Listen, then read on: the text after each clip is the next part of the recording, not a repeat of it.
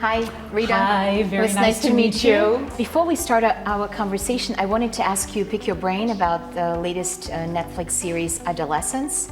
I'm not going to go too deep into the content of this TV series, but I know that this particular story led the United Kingdom government to consider banning all technology, like maybe cell phones, internet at schools. What is your opinion about that? Because I'm totally against it. I think we cannot just ban everything because young people will grow up, they will graduate, they will go into the real world, and they will face technology, artificial intelligence, internet, etc. That's a very good question. Thank you for I think, it's unavoidable. The spread of technology is unavoidable. Today is cell phones, it's ChatGPT. I'm sure tomorrow it will be something else. So I think the main point is how can you adapt and how can you make sure that what we are teaching remains relevant, given that now students, teachers, parents have access to different tools, and this is changing the way we work, the way we live. Does your children use My children use ChatGPT. They use it quite extensively to do their homeworks. They don't have access yet to ChatGPT to do their tests or their exams. And there's actually a very interesting study, rigorous evaluation that came out recently that shows that having access to ChatGPT while you are studying improves you a lot, your performance, and improves your learning. But students tend to do worse in exams when they don't have access to ChatGPT. That's interesting. So that's an interesting point, and I think we will be talking about this today. I think it's quite important to continuing monitoring and evaluating these different interventions because the world is very dynamic. So Yes. we'll need to keep an eye on the impacts on learning. Yeah, I'm excited to go and have a conversation. Let's go. Let's go.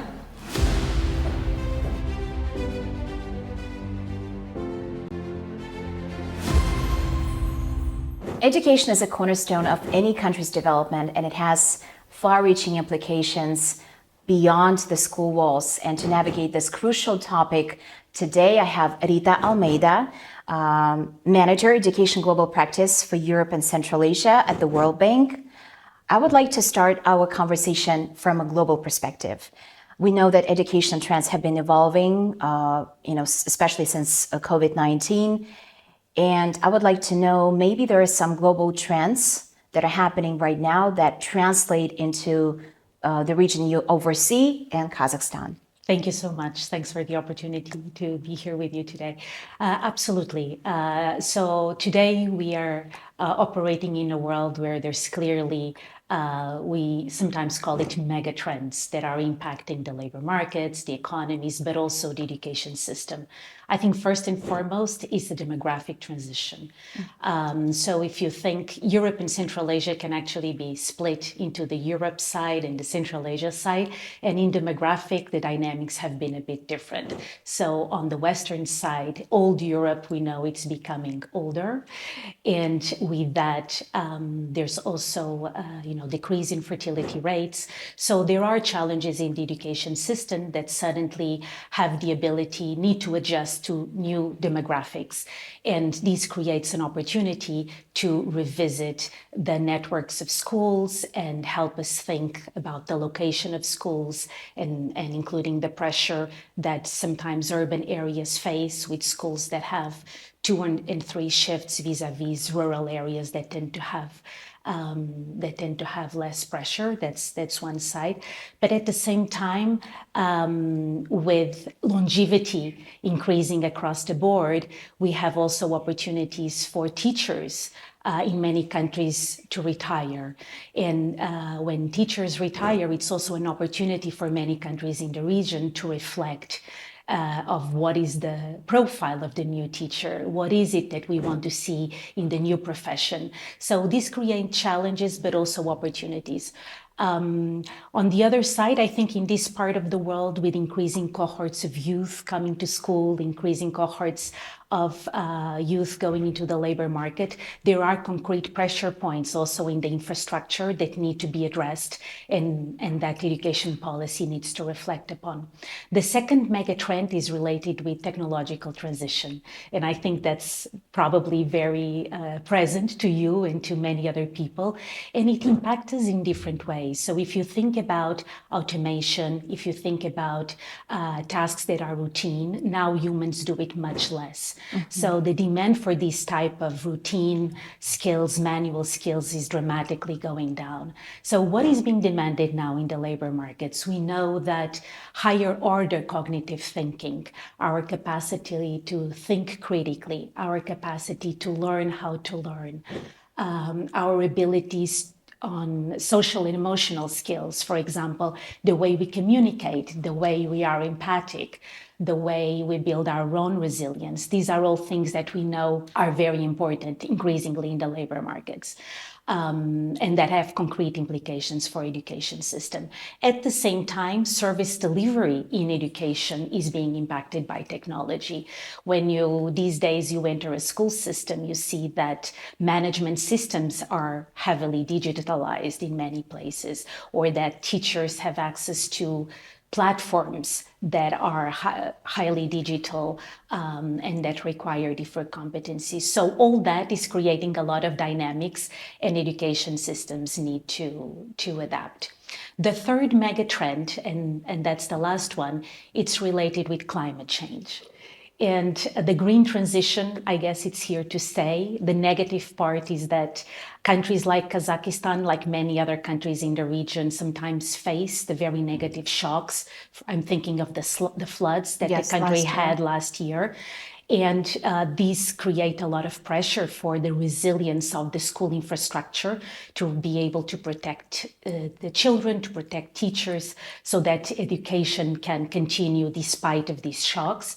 But at the same time, perhaps on a more positive note, this transition is creating new demands. For example, we now need engineers specialized in renewable energies. We need people that are specialized in green vehicles. The whole logistics areas is becoming greener. We need people that are specialized in waste management or recycling. So these are completely new competencies, new fields that are being in increased demand, and to which education systems also need to adapt. So I think in a nutshell, these three main megatrends are going to continue impacting education for the years ahead. I wanted to ask you about how the learning skills or the level of, acquiring certain subjects like math or reading declined in the last few years. Maybe you can elaborate on that, because, we had COVID-19, which disrupted like everything, and, people were not prepared. The system was not prepared. The countries were not prepared. Of course, students went online to study to remote schools, but how can you control, toddlers or 7-year-olds or 8-year-olds while they're at home? They can just turn off the camera and do other thing, and not listen to the teacher. So I wonder, what are the insights that you can share with us, reflecting on this experience that the whole world just went through? Super, thank you. And I can also zoom in a little bit more in Kazakhstan. I think, yes, sure. I think absolutely. I think this has been an incredibly important shock for the education system, and I think all of us have a pre-COVID period and a post-COVID period, and it's unquestionably that the pressure and to adapt and to quickly overcome a situation that was unknown and deploy new ways of working was inevitable. So the results, the good news is that many countries participate in international assessments, and that's the case also for Kazakhstan. And when you look at the results, of PISA. So there's clearly a downward trend pre and post COVID. And that speaks exactly to what you're talking about, right? So countries that were initially, on average, countries were negatively impacted. This, by the way, it's something that is not only due to COVID. COVID has accentuated that, but it's a trend that in the region of Europe, in Central Asia, has already been very clear in the data. But with COVID, the situation got worse, and I think your summary was very good. Schools initially were simply not prepared, teachers were not prepared, families were not prepared, and obviously there were very important learning losses, and countries who had strategies and were able to deploy those strategies to react during emergencies were better prepared to deal with this. And this is very clear in the data set. And I think this is an important lesson for us for the reflection on the importance of the resilience of education systems as we move forward and we plan ahead, because the only thing we know for sure is that there will be other shocks. And I think the floods that happened recently in Kazakhstan also speak to that. Now, zooming into Kazakhstan in particular, I have to say that the country has reasons to be quite proud, because Kazakhstan was one of the few countries in the region that actually showed a lot of resilience. When we look at PISA, both mathematics and reading, there was almost no impact in average scores. In looking at the scores of science, if anything, there was actually an improvement for 15-year-olds. So that is very positive, and it showed that one way or the other, the system showed quite a significant resilience. So there's reasons to be proud of. However, when we look at younger cohorts, there are other international assessments, TEAMS and PEARLS. Again, we are very lucky that Kazakhstan participated, and we can look at the pre and post data, which is not always the case. But in the case of Kazakhstan, for younger ages, we do see a very significant falls, drops in 4th grade math, in 8th grade math, and also in PEARLS with reading proficiency. So these are trends that we need to stay alert and that policymakers will need to be watching and deploying strategies to revert them. There's also one data point that I thought it was particularly interesting, which was the gaps between girls and boys in mathematics. What are the results? We see that during COVID, the girls lost learning in math much more than the boys did. So that's something that, we don't know it yet. I think the drivers are probably, we can speculate for some reasons, but that's something that for sure policies need to take into account. You mentioned just like a few minutes ago that what kind of qualities we're expecting to see in teachers who are coming up, to replace those who are going to retire. Maybe you can talk about from the World Bank's expertise or maybe from your own personal viewpoint. Thanks for the question, because, if there's one thing that we can think of that can make a very important change in the education system, it's the teacher. I don't know if you remember the teacher that influenced you. Oh, I do. The teacher that made you think and feel differently about the subject. To me, it was one of my math teachers. And I think we don't forget those moments, because these are people that change the way you look at subjects, change the way you look at life. And I think we need to look at these as opportunities. So when you look at the big patterns, for sure, teacher policies are one of the most important ones. And let me highlight perhaps 4 things that I think are really important for countries to consider. The first one is to think through who, make sure you are attracting the best to the profession, the ones that will be technically better at what they're doing, but also the most passionate, the ones who really have the vocation to do it, because you need to love it. It's not good enough to have as teachers those that are not being able to be placed in other professions. The other thing is that prepare them in their induction period. Make sure that you expose them early on and give them the tools that they need.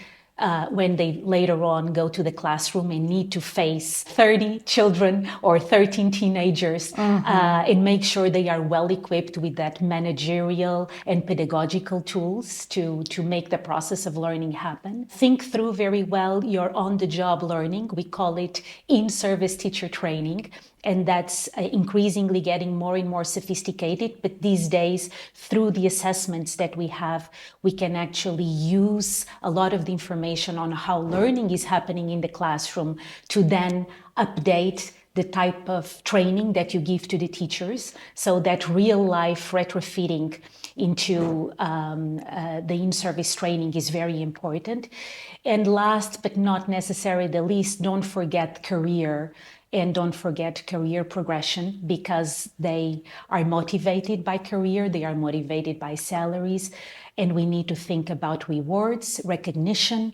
We need to think about mental health. After COVID, this has been a big topic. So there's a whole bundle of things that are important to think through in terms of policy. Now, you asked me about the attributes. These are difficult questions, but I think, in the age of technology, when more and more children have very easy access to data, into information, the role of the teacher needs to change dramatically. I mean, we can no longer be teaching based on just sharing knowledge or memorizing things. The role of the teacher is more and more a coach. It's somebody that inspires you, that guides you, that can point you to where you're going to find information, that probes you, that helps you be a critical thinker, that helps you to be creative, that nurtures in you your social and emotional skills. But in that sense, the role is shifting very quickly. So the system cannot stop. It's a constant reinvention, I would say. In light of those megatrends you've mentioned and the risks associated with them, maybe you can highlight for us this, not the problem, but the issue of middle income trap that was highlighted in the World Bank Development Report 2024 of last year. And what are the key opportunities for Central Asia? I know that Kazakhstan is becoming closer to the countries that are prone to this issue. And maybe how can Kazakhstan leverage these trends to break out of the middle income trap in this particular area? That's our World Development Report that thinks about how countries transition out of the middle income trap. And I think that report and the companion that we've done for Europe and Central Asia, they talk about two important transitions for countries who have successfully made it from middle income to high income. The first transition is more related with importing knowledge, ideas, technology, capital from outside and bringing it to the economy. So that capacity of looking out there for good examples and employing it at home, it's very important. In the report, we call it infusion. So that transition, we call it the investment plus infusion transition. And the next transition also for upper income countries is focused on innovation. So it's going one step further in basically empowering and enabling economies to innovate, to create new research, to create new patents, or even just find new ways of producing things, coming up with a new product, coming up with new ways of processing things. So, and the main message, one of the main messages in this report is that investments in human capital are absolutely essential for countries to do this transition. And I think this is very intuitive for you to think, how is it possible for firms to have a workforce that is able to identify good examples externally and bring it domestically and deploy it at scale without having a motivated workforce, some workforce that is able to innovate, to think critically, to adopt new technologies. So I think that focus on human capital and on education, it's something that has been very robust. Actually, education and schooling, learning is one of the most important drivers of growth So it's very encouraging, I think, to see examples like Korea or Poland or Estonia, which are countries that, together with other reforms, have also invested very significantly in education and in quality of education to be able to do that jump. So I think this is one of the most important messages to Kazakhstan. As you know, it's a country that has been around the 10,000 US dollars PPP adjusted. So, pretty much the same levels of Turkey. And the big question mark is, what does the country need? So in order to diversify, in order to increase productivity, and that focus on education and human capital is absolutely an important cornerstone. And actually, we have one statistic at the bank. It's called the Human Capital Index, that basically tells us what is the percentage of productivity that an adult today, somebody born today, will have access when he or she become 18. And the percentage of productivity for Kazakhstan is 68%. So this means that we have almost a 30% productivity loss of not having access to a system that has full health and full education. So definitely important productivity losses, and it's important to learn from other peers. But I think the encouraging news is that we know what works and we know how to foster learning. So it's a matter of having that focus and that commitment. So we started by talking about the demographic transition and how that is creating some opportunity for us to, in some parts of the region, without necessarily spending more, spending better. Exactly because in many countries the number of youth is decreasing. We also spoke about the technological changes, and we spoke about the green transition. So the bank is putting a lot of emphasis on the fact that, what we know about education and how to achieve learning has dramatically changed over the last couple of 10 years. We know much more about how adults learn, how children learn today than what we knew in the past. So I think having that evidence-based approach, it's quite important, and that's something that you will find in our strategy, because there's much more evidence today than what it was a couple of years ago on what's actually working. The strategy is anchored on 3 pillars. The first one is the inclusion focused. So it's very important for decision makers to think about building very strong foundational skills. And why foundational skills? Exactly because economies are subject more than ever before to shocks, to transitions. And the best thing that we can do is to equip students with very strong literacy, numeracy. Digital skills are a new foundational skill, and of course the social and emotional skills that we have been talking about. This is a new package of foundational skills, and it's absolutely fundamental for education systems to focus on them, with this particular emphasis on the most vulnerable students that we know in terms of education spending tend to be always left a bit further behind because they face more difficulties, and all else constant, we should be investing more in them. The second big point that we make is about resilience, and I think that's very intuitive because we spoke about COVID today and the multiple shocks. So we need systems that are resilient to multiple shocks. And that are able to, despite them happening, ensure some continuity. And I think technology here, it's an ally. And in our strategy, we speak of ways not only to embed it as a tool in education system management, but most importantly also as a tool in classroom management and in learning, in the pedagogies of teachers, and also platforms to help students accelerate learning. And the third pillar is related with relevance. Relevance to what? To the future skills of the labor market, and readiness of the education to a stronger alignment with the local labor market needs. And this is very specific, sometimes from country to country. And in particular, it's important to highlight because Europe and Central Asia still spends a significant amount of resources, for example, in vocational education and training. And sometimes these systems tend to be quite outdated. They don't necessarily have strong collaborations with the private sector. The curricula and the labs sometimes are very outdated. So it's not of good use to train people that sometimes are being trained in occupations that are not necessarily the ones where they will find jobs.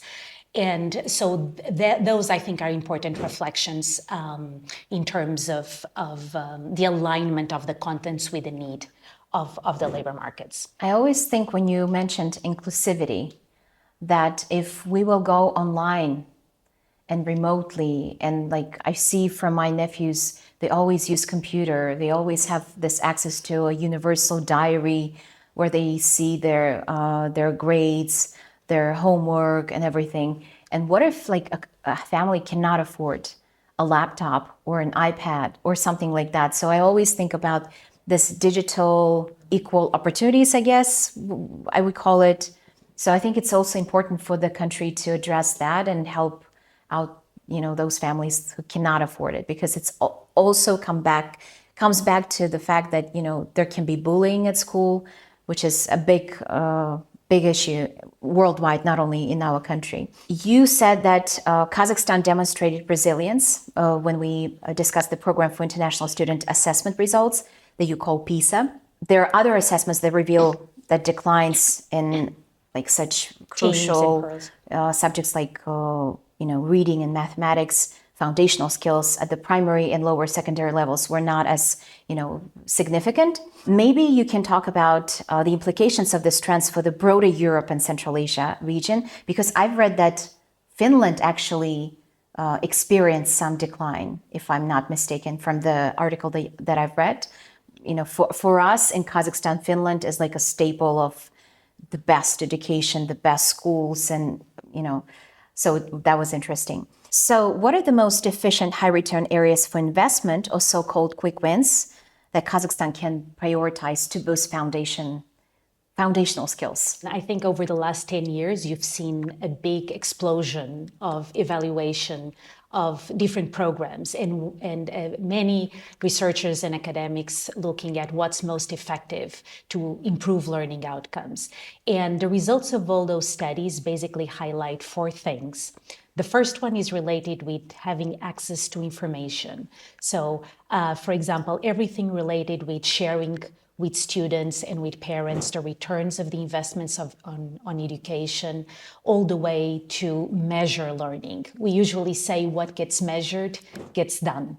So it's really, really cost effective to establish very strong learning assessment systems where nationally, but also internationally, and participate in those international assessment. And we can see that, how useful it is for Kazakhstan to have access to the PISA data, to the PEARLS data, to the TEAMS data. We can actually monitor and see what has happened. So I think that's the first lesson, investing in data, in these very solid learning assessment systems. It's absolutely fundamental step for education systems, and it's a very worthwhile investment. The second point is the very high returns of investments in early childhood development. We know that the first 100 days of our lives are one of the most important for our cognitive, physical, emotional attachment to other humans. So investing resources early on in life, it's going to be the most cost effective. So here for policymakers, the window 0 to 3, but also the window 4-5, it's extremely important. If we have to spend one additional euro, we would like to spend it earlier in life rather than later in life. It doesn't always mean that we cannot revert the impact of not having acquired certain competencies, but it's going to be more cost effective for me to do it early in life. So in this regard, investing in good early childhood development policies and high quality, it's going to pay off. The third point is related to teachers, and we spoke about it. So we spoke about what makes a good teacher, and I will probably skip that, but just maybe highlight that, the profile of who becomes a teacher, the induction period, the in-service, and rewarding teachers is very important. And lastly, I think we call it often programs that facilitate individual learning trajectories. So more and more we are aware that learners learn differently. They are stimulated by different things. And the biggest challenge that a teacher has in the classroom is to be able to stimulate students that are at different levels and that learn differently. And interventions that focus and facilitate these individualized learning trajectories are one of the more cost-effective investments.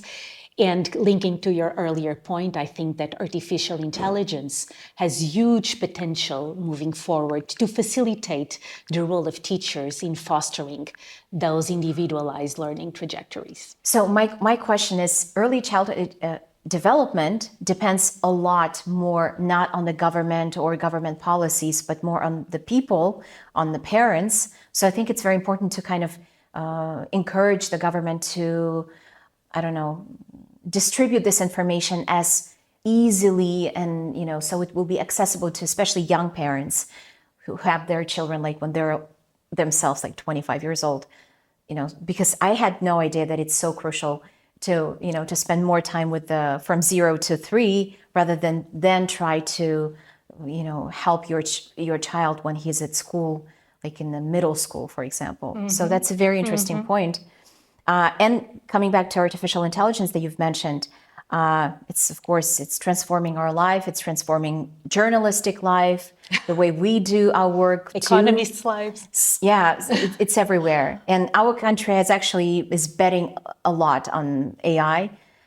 I'm kind of wary of it. I'm just observing at the moment, but I'm not against it. But I'm just a little bit wary of AI in general. Maybe you can talk about how World Bank envisions how AI is going to impact our region, Central Asia, Europe, in terms of opportunities for improving learning outcomes. Because of course, everything that comes out has positive and negative effects. So maybe we can talk more about how we can improve learning outcomes and the risks that can be managed while we are, diving into this unknown very area. important issues. No, thank you. And that's, it's a very important question. I think everyone is thinking about this these days. The good news is that we have a set of interventions already that have been well evaluated, and that there starts to be some evidence about this. So the best we can do at this point is continue investing in research and in monitoring,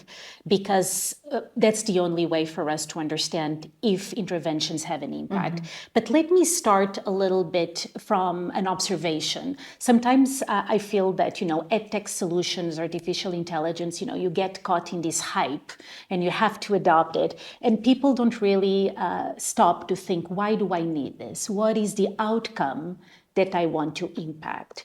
Do I want to improve service delivery in my education system? Do I want system management to improve? Do I want to improve the pedagogies in the classroom? Do I want to use artificial intelligence to improve learning outcomes? And this discipline and the rigor of thinking, why do you need it, I think shifts the burden from the technology itself to the outcome that you want to impact. And I think that's very important. Technology on itself, yes, it's meaningless. It's meaningless. We want it for a purpose. So perhaps start with that, and I think that's an important starting point. The other one is, as we experiment new things in the system, I think let's continue monitoring and evaluating and testing the impacts, whatever is the outcome that we want to impact. And the evidence tells us that, technology can actually have very positive impacts. I'm thinking of, for example, a study that has shared information, SMSs, with school directors and has accelerated the execution rate of budgets in schools, for example. There's a lot of emphasis, for example, a lot of evidence that online tutoring or online classes can have very significant impacts on student learning outcomes.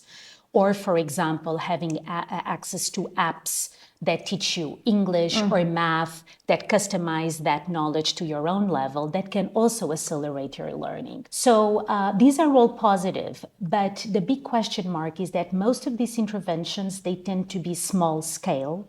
They tend to be customized to a specific group. And the challenges of decision makers in education is to work at scale.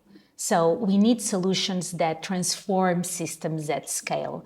So we need to be very cautious about that. And as we learn more, we need to always think about the scalability problems, because what makes something very easily manageable and very well adjusted to a certain circumstance, it's not necessarily immediately scalable while remaining cost effective. And this, I think it's also intuitive, because when we work in smaller scale, we can have much greater attention to detail and to the quality of implementation, which it's easy to get out of control when we work with bigger systems and bigger numbers. So all things on the positive side, I think we have several lessons to learn from. But in a nutshell, I think, really thinking about the purpose of technology and making sure that, the enabling conditions are in place so that we can use it the best way possible. I don't know if you remember about the policy of one laptop per child. And they have failed in many countries. Why? Because, governments focused solely on procuring laptops, distributing the laptops, and forgetting about accessibility of internet, forgetting about the training of teachers, forgetting about having a competent set of IT people in schools that can help reboot problems, and forgetting those enabling conditions is going to lead to failure. So a lot to think about before we embark in that journey. Yeah, exactly. Like you said, technology is meaningless. So you have a computer, you don't know how to turn it on, how to use it. So it's meaningless. Like you have this... Meaningless. Yeah, exactly. Is there a country in this particular region, Europe or Central Asia, that has in some way implemented AI in its system rather than like one particular school that you can share with us? If not, then I that's think fine. the classical example has been Estonia, and that has been extremely successful in deploying at scale and achieving a major transformation of the education system, both in the management of the system, but also introducing very different technological platforms into the education system. But I also have to say that it has been a transformation well beyond the education system. So if you think of many other public services, things are heavily digitalized. So it has been a huge investment at the country level, but that's probably one of the best examples. Well, we have also a lot of public services digitized, but I'm not sure if we use AI in such a scale in education yet, but we will see. My last question would be, maybe you can share one key message with policymakers in the region about the future of education for this region of Europe and Central Asia, especially in the face of the shifting global dynamics that we face right now. Just one. I mean, you can share. We're not limited I would to one. say, yes, I would say that if there is one very strong single determinant for long-term growth, is learning outcomes. So the window that you have today to look, when you look today into your classroom and you see whether your students have the ability to read and understand critically a text, that can use simple arithmetics to solve everyday problems, if they can rely on their grit to be empathic with others or to develop resilience. I think that's the best thermometer that you have of what your workforce is going to look like in 20 years. So use that window, invest in it, and make sure that we are giving very strong foundational skills to students with a very particular focus on the most disadvantaged that we know tend to lag behind much more and also receive less public investment. And it's a social. School needs to be a social elevator. So it's very important to equalize opportunities. I agree. So those investments are important, and they are going for sure what's going to be driving the graduation of Kazakhstan towards being a higher income economy. Thank you very much for your time. It was a pleasure talking to you. Thank you. Thank you so much.